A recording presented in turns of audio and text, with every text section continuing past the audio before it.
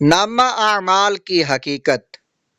قرآن پاک میں یہ حقیقت متعدد مقامات پر صراحت کے ساتھ بتائی گئی ہے کہ موت کے وقت ہی سے امر یہ انسان پر واضح ہو جائے گا کہ وہ نیک بخت انسان کی حیثیت سے رخصت ہو رہا ہے یا بدبخت آدمی کی حیثیت سے عالم بالا کو جا رہا ہے، اور رخصتی کے وقت سے روز حشر تک ایک معزز مہمان کی طرح اس کی مہمان نوازی ہوگی۔ یہ ایک حوالاتی مجرم کی حیثیت سے ہے۔ یہ راز عیاں ہو جانے کے بعد صالحین کی حالت کچھ اور ہوتی ہے اور فاجر و منافقین کی کیفیت کچھ اور۔ جیسا کہ سب کو معلوم ہے کہ رب تعالیٰ نے دنیا کی موجودہ زندگی کے بعد نوع انسانی کے لیے ایک دوسری ابدی زندگی مقرر فرما دی ہے۔ جن لوگوں نے اس جہان فانی میں یہ سمجھتے ہوئے زندگی بسر کی کہ ایک نہ ایک دن انہیں اس معبود حقیقی کے سامنے پیش ہونا ہے، اپنے اعمال کا جواب دینا ہے، جنہوں نے دنیاوی زندگی میں نیک عمل کر کے اپنی آخرت کی بھلائی کے لیے پیشگی سامان مہیا کر لیا، وہ لوگ تو اپنا حساب دیکھ کر ضرور فرحاں و شاداں ہوں گے اور انہیں کو جنت میں ابدی سکون نصیب ہوگا۔ اس کے برعکس جن لوگوں نے خدا کا حق افضل مانا، نہ بندوں کے حقوق کی پرواہ کی، ایسے لوگوں کو خدائے عز و جل کی گرفت سے کوئی بھی بچانے والا نہ ہوگا اور وہ ضرور معتوب ہوں گے۔ سورہ الحاقہ میں یہ تمام کیفیت بالتفصیل اس طرح بیان فرمائی گئی ہے۔ اس وقت جس کا اعمال نامہ اس کے دائیں ہاتھ میں دیا جائے گا، وہ کہے گا لو دیکھو پڑھو میرا نامہ اعمال۔ میں سمجھتا تھا کہ مجھے ضرور اپنا حساب ملنے والا ہے، پس وہ دل پسند عیش میں ہوگا، جنت میں جہاں پھلوں کے گچھے جھکے ہوں گے۔ ایسے لوگوں سے کہا جائے گا مزے سے کھاؤ اور پیو اپنے اعمال کے بدلے جو تم نے گزرے ہوئے دنوں میں کیے، اور جس کا نامہ اعمال اس کے بائیں ہاتھ میں دیا جائے گا، وہ کہے گا کاش میرا نامہ اعمال مجھے نہ دیا گیا ہوتا اور میں نہ جانتا میرا حساب کیا ہے۔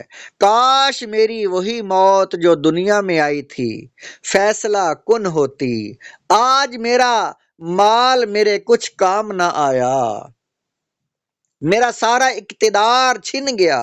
حکم ہوگا پکڑو اسے اور اس کی گردن میں توق ڈال دو، پھر اسے جہنم میں جھونک دو، پھر اس کو 70 ہاتھ لمبی زنجیر میں جکڑ دو۔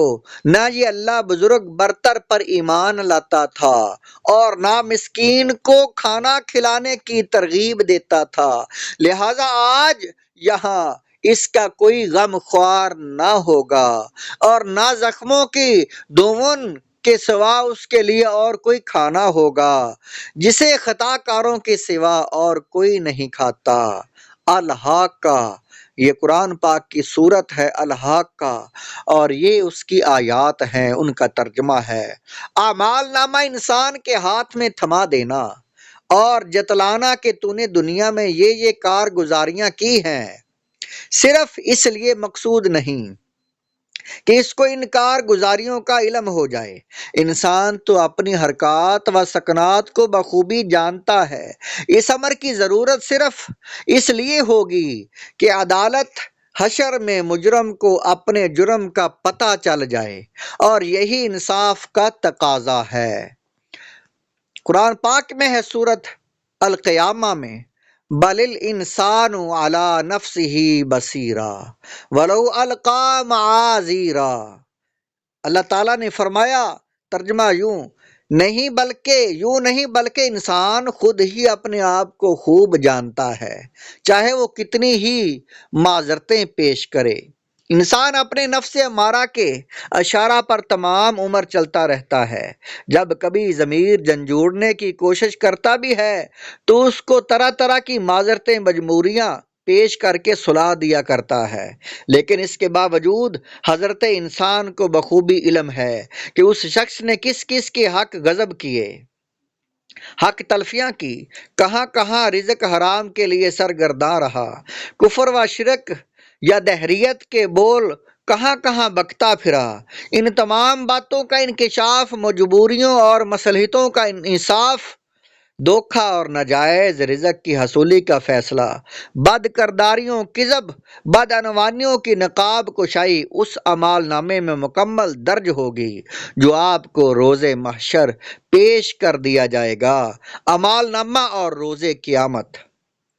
قیامت کے دن جب نامہ اعمال ہاتھ میں دے دیا جائے گا، اس وقت یہ انسان بد کردار راہ فرار اختیار کرنے کی سوچے گا اور وہاں بھی اپنی سفلا مزاجی سے بد حرکتیں کرنے سے باز نہ آئے گا، مگر اس کی ایک بھی تدبیر سود مند ثابت نہ ہو سکے گی، جس کے لیے قرآن مجید نے اس طرح نقشہ کھینچا ہے: یقول الانسان یومئذ این المفر کلا لا وزر الی ربک یومئذ مستقر۔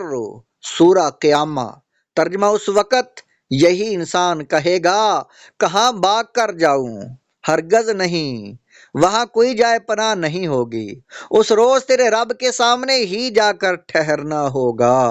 اس کے برعکس جن لوگوں نے نامہ اعمال خواہشات نفس کی پیروی سے مبرہ اور اسلام اور اس کی بنیادی عقائد اور اس کی اخلاقی تعلیمات سے لبریز ہوں گے، ان کے چہروں پر خوشی دمک رہی ہوگی، کیونکہ ان لوگوں نے دنیا کے مال و متاع کو چھوڑ کر اپنی دنیاوی زندگی میں برحق اور صحیح فیصلے کیے تھے۔